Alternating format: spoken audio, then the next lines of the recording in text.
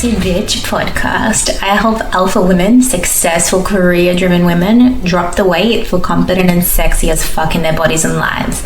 Let's fucking do this.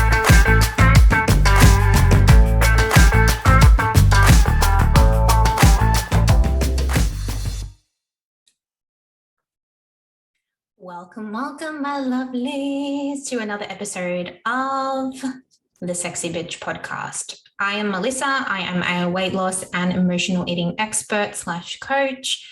I help entrepreneurs, high-level, smart, successful women lose weight permanently without dieting. So let's jump into this episode. Today we're talking about why you self-sabotage and how to fix it, okay? Because look, this is the problem. You know what you want to do. You know where you want to go in terms of your weight loss goals, right? You know what your body goals are, but something that you're getting in your own way somehow, and you're like, it's so frustrating. Self-sabotage, how do I stop it? So let's jump into this today. So it's a juicy episode. This is what I'm going to cover today. We're going to get an up-level definition and understanding of what self-sabotage is, and it's a lot different than probably what you think it is. Then we're going to understand the current relationship you have with it, okay? Because we are always in relationship with and to everything, as I always talk about, right? And then we're going to shapeshift the way that you relate to it. And I'm going to give you some strategies on overcoming self-sabotage, or some key pointers as to what you need to actually do in order to overcome self-sabotage, okay? Now, obviously, this is, one episode, so I'll probably do self-sabotage episodes in the future, but this is more of an overview of what needs to happen in order for you to overcome, quote unquote, self-sabotage. I don't like to call it self-sabotage, but I call it that because that's what you relate to it as. And this is what we're jumping into today as well. So let's begin with number one, your current relationship with self-sabotage. So I want you to get your journals out, or if you're driving, you can come back to this, or you can think about it as you're driving. Just make sure you pay attention to the road. I want you to journal on how you feel towards the part of you that you think is self-sabotaging. How do you feel towards the part of you that self-sabotages? Let's jump into the feelings first. So how do you feel towards that part of you that's doing the self-sabotaging? Is it frustrated, annoyed, angry, hopeless? How do you feel towards it? If you imagine it as a separate person and this person sabotaging you, how do you feel towards it when it's been doing this behavior? I want you to write down your feelings and then thoughts around it. Maybe you hate it. Maybe you want it to go away. There's this urgency to make it go away. You think it doesn't belong in your life. You think it's bad. You think it's fucking up your progress and stopping you from being who you want to be. I want you to be really honest about how you currently feel about it, because this is going to be important. Okay. So write down how you feel about it. Okay. And feelings are one word. And then think about, I want you to write down, journal on how you think about it. So you want it to go away. You think that it's sabotaging you. You don't think that it's good for you, that it's your enemy, that you want to get rid of it, that you don't see why it keeps doing this, blah, blah, blah. Okay. And then I want you to look at your behaviors, how you behave about it. So because you feel this way and because you think this way, I want you to assess, what are my behaviors around this self-sabotaging part? When I self-sabotage, how do I treat myself? When I feel and think this way about self-sabotage, do I push it away or do I bring it closer?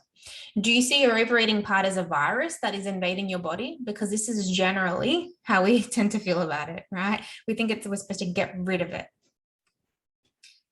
I want you to see how these things are linked. So I want you to see how your feelings, what you feel and what you think, makes you behave in a particular way. So when you feel frustrated at this part that is sabotaging, and you think that it needs to go away and there's nothing that it can do to serve you, that it just doesn't belong there, then your behavior towards it is to try to bulldoze over it, right? Your behavior isn't to be loving with it when you have those feelings and thoughts, right? So I want you to make sure, really be clear, and I talk about this all the time, but your feelings and thoughts dictate your behavior. If you feel a quote unquote negative emotion towards something and you think negative thoughts towards something, it's never going to result, and we talked about this last episode in terms of the recipe, it's never going to result in anything that is serving for you, right? And for now, I just want you to have awareness around that, right? Now, I want to talk about when we hate something, we move it away from ourselves energetically. We push it away. right? Hate is pushing away, love is moving towards. When we push it away from ourselves, we don't have intimacy with it. I want you to think of pushing away a partner. You don't have intimacy with your partner when you're pushing them away, right? And so therefore we can't understand how it's actually serving us. Okay, we can't understand how something's serving us if we're pushing it away. So number 2 is, what is self-sabotage? Up-leveling your definition. So let's go deeper into this concept. I want you to think of your self-sabotage as a part of you, a young part of you, a young wounded part of you. And if you follow IFS at all, internal family systems or parts therapy, this is the type of work that I do in my practice. Okay, parts therapy, inner child therapy. And we assume, and we have come to the understanding that, and this is metaphorical, of course, that there's different parts of us, right? There's a part of you that wants to lose weight, and there's a part of you that sabotages. And we think of all these parts as separate to one another, with different thoughts, different feelings, different lenses through which they're living the world, different belief systems, different experiences of memories of life, different traumas that they've gone through. So I want you to think of this self-sabotaging part as a separate part of you. Okay. And maybe you can even see it in front of you. We can do visualizations around that. You can imagine what that part looks like, this part of you that's sabotaging with food, that's turning to food. I want you to know that this part of you took on this behavior of overeating and turning to food as comfort as a child because of an event or series of events that happened when you were younger.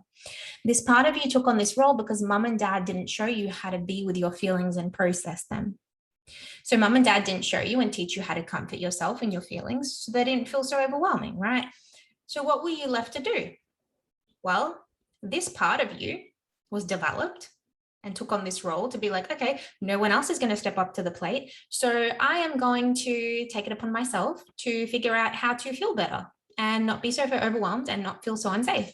And so food does that for us. So it realized food felt good, or at least it made you not feel bad. And it made you not feel pain and overwhelm and really hard emotions you can imagine as a child. So it smartly kept doing that thing because it worked. And it took on the role of protecting you from your pain in this way. Brilliant strategy. It supported you when no one else could in that moment, when no one else did. I want that to sink in for a moment. This part of you was there for you when no one else was. When you see it this way, how does it change the way that you feel towards it? Does it make you feel the same way that you felt about it a moment ago?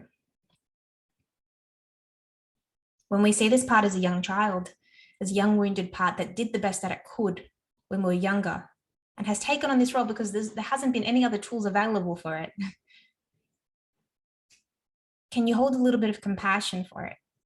To be like, wow.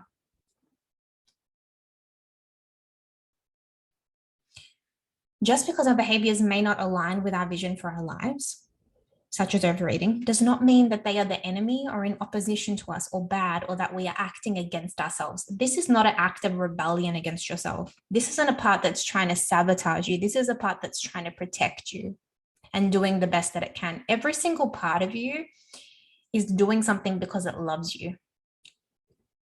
And it's trying to protect you and keep you safe. It may not have the best strategy, but it has the only strategy that it has used in the past that it feels it can turn back on because it doesn't have any upgraded strategies to handle what's going on.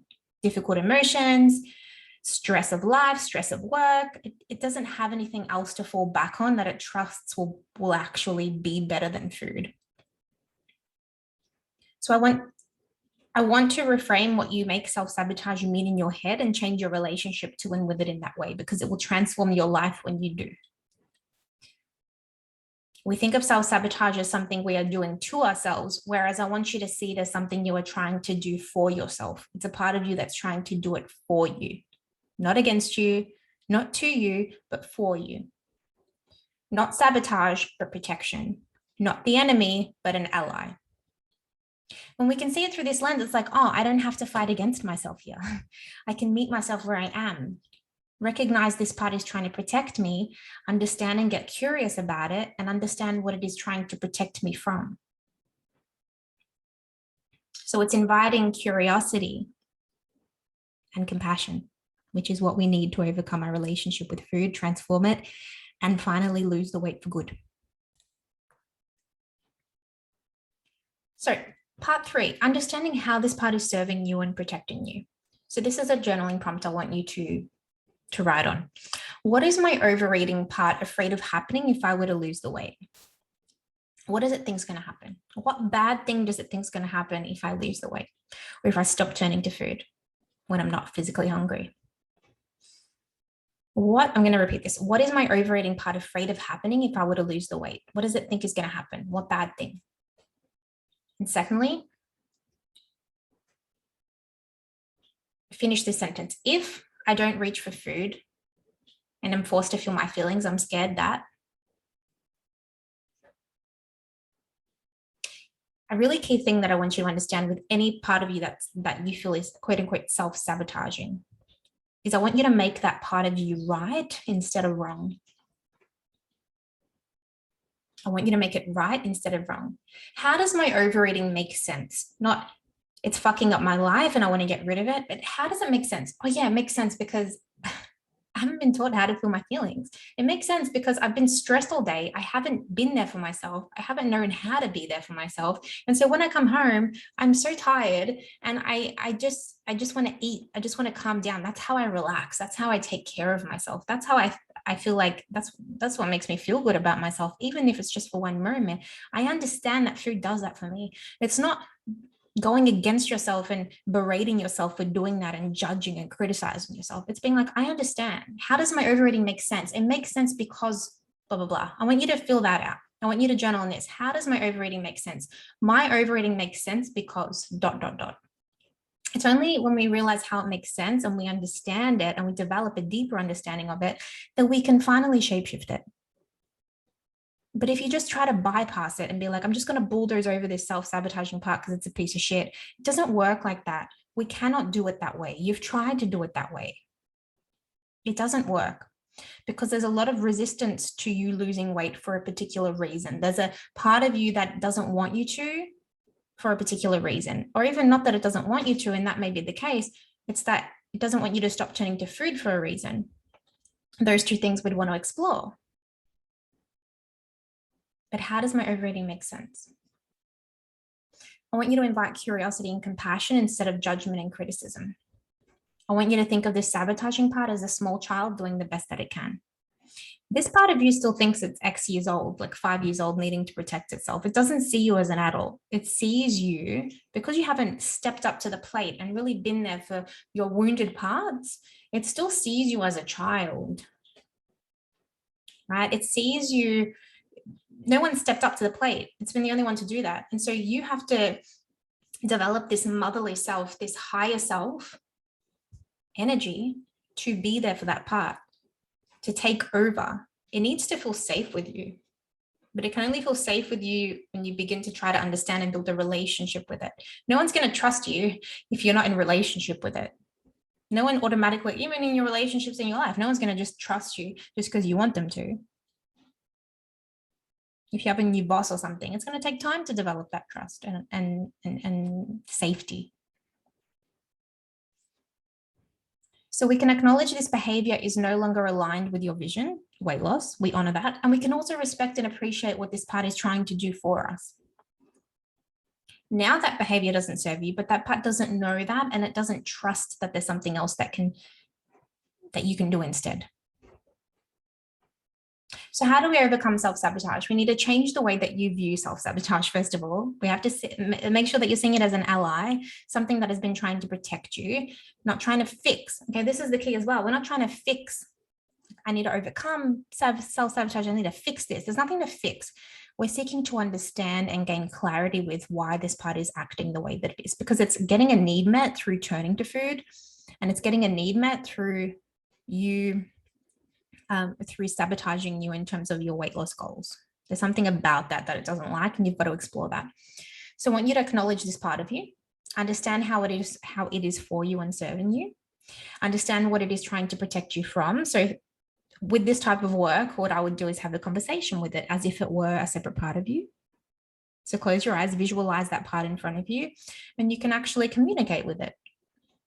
Sometimes you can do this with if you find it challenging to visualize, you can do this with a writing style where your left hand can be your higher self, like you asking it questions like, how come you're self-sabotaging? And then your right hand can be your younger wounded part. You can do this with chairs, a chair type style where you have two chairs and then you sit as your higher self in one chair, connecting as your higher self and asking questions, and then you can jump into the other chair, acting as your younger wounded self. There's many different ways you can do this. I like to do it in my mind, but I like to do it out loud. So I'll close my eyes and I'll just be like, how come, in my tapping into the compassionate part of me, the higher self that has no judgment and no criticism, okay, loves all parts equally, understands that there's a higher purpose and reason why this part is doing that, and it's not evil or bad. I just want to develop a relationship with it. That's how you've got to go into it as. I'm wanting to understand this part, because I think that it's so genius that it's taken on this as a strategy. Like, I want to know what it is about turning to food that you don't like. And then you communicate. You just, how long have you taken on this role for? Right? How old are you? What age did you take on this role of protecting me and turning to food? And then you just ask questions and go back and forth, and it becomes this relationship that you can develop. And then you understand that, what are you trying to protect me from by turning to food?